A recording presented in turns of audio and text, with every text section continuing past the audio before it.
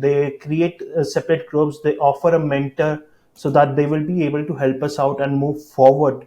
So that was something which I found to be quite different and something I could go forward with. Hello, everyone, and welcome to another exciting episode of Humans of Pesto. Today, we have the pleasure of interviewing Varanshu, who is a Pesto alum. So, let's dive into his inspiring journey and discover how Pesto played a significant role in where he is in his career today. Thank you for joining us today, Varanshu.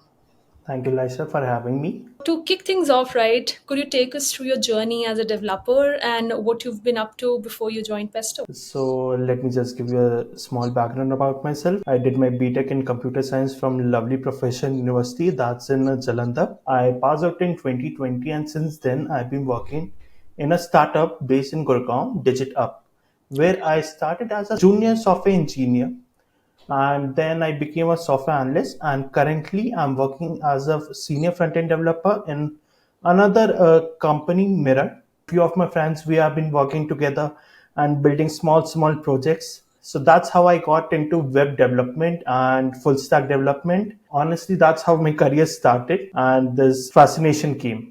As an audience, I think everybody would love to hear your story of how Pesto came into picture for you. Before joining Pesto, about a year or so, I came to know about Pesto. I've been looking into its and its alumni for about a year or so. Then I came across an opportunity of Pesto Plus, which covered the full stack tech stacks. And so I wanted to learn more about what Pesto does and how Pesto works and how it teaches our developers. Right. So I looked into that, and it had a very nice technique, as in they offer not only teaching and materials to move forward. They create separate groups. They offer a mentor so that they will be able to help us out and move forward with the whole Right. learning process.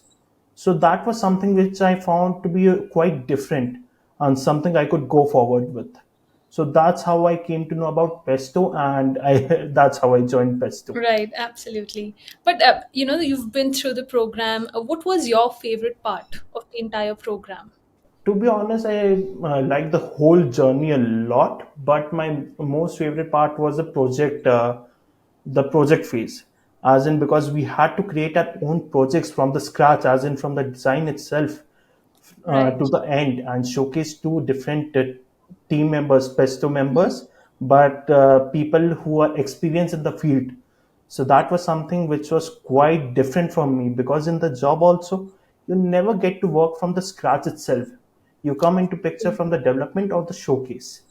Right. But in the project phase, you got to learn about UI UX development, from testing, from development, from showcase. Everything was for upon you. So that was something which I really liked. So I'd love to understand, how did the whole concept of building something from scratch, building it as your side project help you kind of tackle those real world coding projects that you're working on right now in your current role? So when it comes to this product development, so for that we had a separate class, as in separate sessions with mentors, that how should one get this about me. First, figure out what the product they want to develop, and what test cases, as in what all situations that product will be helpful in, and what all situations it could be scaled up to, as in the product is not something you just develop and just leave it alone. It is Right. something which needs to be updated. It needs to be changed. It needs to be matching the current market requirements every single day. So that's something which needs to be researched. So that was something which a person needs to look into, and Pesto did guide me on how to do this and how to proceed. What's that one key thing that you took away from the kind of mentorship and guidance you got during the program? The whole mentorship process was something very different for me, because I have interacted with my seniors, but not seniors who have been working with 15, 20 years in the field. So with solution architects, that is something which junior developers are not able to interact properly. But Right. through this mentorship process, they were able to guide us and let us know how to move forward. Like my mentor in means in my own work experience, I faced some problems, some basic problems. Mm-hmm. So even they went outside the scope and helped me out in how to work with those problems and how to resolve that. So mentorship is something which I cannot really take out key aspects because the whole journey was so means I'm not able to explain in words because that was something which was memorable for me. Think that's amazing. I also wanted to understand, right? You mentioned during your project phase, one good experience was that you had to demo it to external as well as people internal to your own cohort. So, what was your experience like with the Pestos community? Did you find it supportive and helpful? Yes, the community has always been very means very helpful for me, and not just for my own problems. We are able to see the problems and questions raised by other colleagues as well. So means you are able to learn from others' problem as well as you get a prompt and quick response to your own problems. And it's not really just dependent upon whether it's your project or something related to Pesto. It's about the technology itself, and that too not a specific technology. That's all the tech stacks available in the market. Everyone is always available there to help you out. I'm really happy that you were able to derive a lot of value out of it. I want to shift gears a little bit and come back to your journey and understand that when you're a developer, especially a front end developer now, what skill sets do you believe aspiring developers like you need to ace to reach where you are right now? Means if we are talking about our skills, then I should say a developer should be very adaptive because everything is just upgrading every single day. Because last year or so, AI ML was not that involved in the front end development. But Okay. now ChatGPT is so much covered the world that a person needs to adapt. And that's just one of the basic examples. There are hundreds of things which are available, which really can help you out. And so a person needs to adapt to those technologies and place them in their own way of working. So that's one of the skills which is very much required according to me. So, what's your view on the importance of personal branding in the tech industry? Nowadays, developers are not something you hire just seeing their background, as in your college marks and all these things. Nowadays, developers are not hired just dependent upon that. One get to know about yourself via your GitHub profile, via your LinkedIn profile, via other profiles you created for your development purpose. So in my case, how I found Mirror was that my open source GitHub contributions were very high. So Okay. that's how Mirror found me. So that's one thing I believe that personal branding is something you need to uh, look into. When it comes to DSA versus dev, a lot of people find it difficult to juggle between the two, right? Some people are really good at DSA, but they haven't built enough projects for their proof of work. So, what advice would you give to people who are either in college right now or just starting out their journey as junior developers? DSA is theory, which one needs to learn before moving forward. But you get to apply that over the development process, and you get to experience what users or the project you are developing, how that interacts with the customers.